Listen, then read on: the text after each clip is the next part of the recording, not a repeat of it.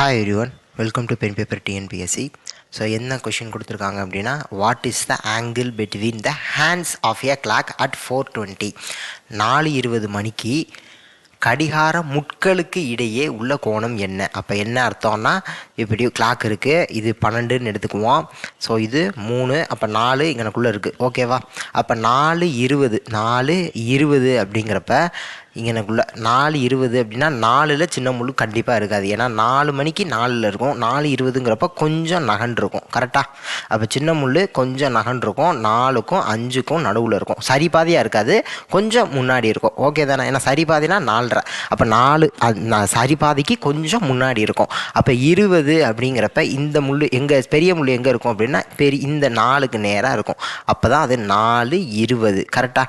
இப்போ இதுக்கு என்ன ஆங்கிள் அப்படின்னு கண்டுபிடிக்கணும். இதுக்கு என்ன ஆங்கிள் அப்படின்னு சொல்லி கண்டுபிடிக்கணும். ஸோ இதுக்கு ரொம்ப சிம்பிளான ஈஸியான ஃபார்முலா இருக்குது. ஸோ அதை வச்சு நம்ம எல்லாத்துக்குமே கண்டுபிடிச்சிடலாம். அந்த டயக்ராமே கூட தேவையில்லை. ஸோ என்ன அப்படிங்கிறத சொல்லிடுறேன். Modulus of 30h minus 11/2m.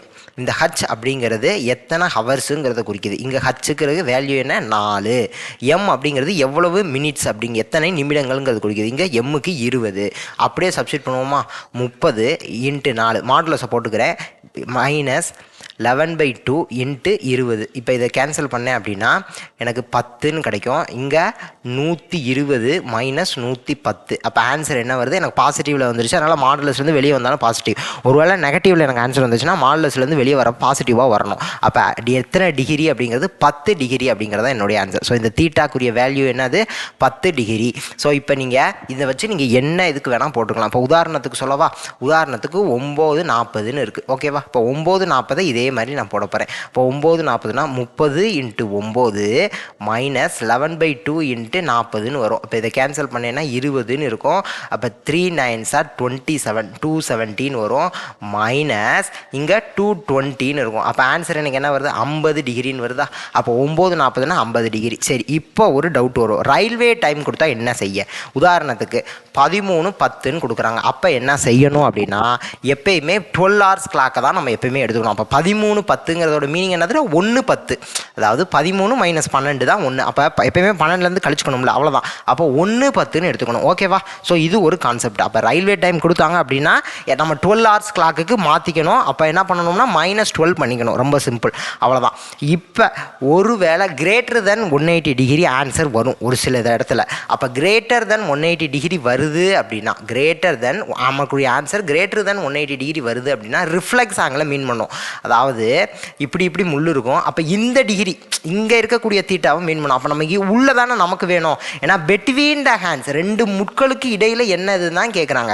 அப்போ நமக்கு அது ரெண்டுக்கும் என்ன, அது ரெண்டும் வேணும் அப்படின்னா என்ன செய்யணும் அப்படின்னா, நமக்கு கிடச்சிருக்கல ஒரு ஆன்சர். இப்போ உதாரணத்துக்கு 180க்கு மேலேனா 200 டிகிரின்னு ஒன்று கிடச்சிருக்கு. அப்போ 200 டிகிரிங்கிறது இதுவாக இருக்கலாம். அப்போ உள்ளே இருக்கிற ஆங்கிள் கண்டுபிடிக்க என்ன செய்யணும்? 360லேருந்து 200 மைனஸ் பண்ணிக்கணும். நமக்கு 160ன்னு கிடச்சிரும். ஸோ இதுக்கு ஒரு எக்ஸாம்பிள் கூட சொல்கிறேன். இப்போ 12:30ன்னு இருக்குது. அப்போ நமக்கு ஃபார்முலா 30 × ஹச்சுக்கு பதில் 12 மைனஸ் 11/2 × 13 வரும். இங்கே 15 வருமா? அப்போ 312 சார் மாடுலஸ் போட்டுக்கிறேன். 312 சார் 36. அப்போ 316 வரும். மைனஸ் 11 × 15 165ன்னு வரும். அப்போ 360லேருந்து 165 போச்சுன்னா என்ன எனக்கு ஆன்சர் வரும்? 5, இங்கே 10, 5, இங்கே 2, 15 வரும். அப்போ 9 வருமா? அப்போ இங்கே 195 டிகிரின்னு வருது. அப்போ 195 டிகிரி நமக்கான ஆன்சர் கிடையாது. அதை வந்து என்ன செய்யணும்? 360லேருந்து இந்த 195 மைனஸ் பண்ணிக்கணும். அப்போ 360 மைனஸ் 195ன்னு போடணும். அப்போ இப்போ போடுறப்ப நமக்கான ஆன்சர் என்னன்னு கிடைக்கும்? இது 5, இது 2ன்னு வரும். அப்போ இது இங்கே 6, 165 டிகிரி தான் நமக்கான ஆன்சர்.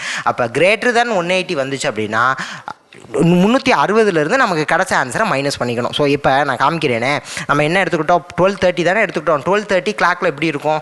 இப்படி கிளாக் இருக்குது அப்படின்னா சின்ன முள் 12க்கும் 1க்கும் நடுவில் இருக்கும், கரெக்டாக? சின்ன முள் 12க்கும் 1க்கும் நடுவில் இருக்கும். ஸோ கரெக்டாக அப்படி வரைஞ்சிக்கிறேன். 12க்கும் 1க்கும் நடுவில் சின்ன முள் இருக்குது. பெரிய முள் எங்கே இருக்கும்? கீழே இருக்கும்.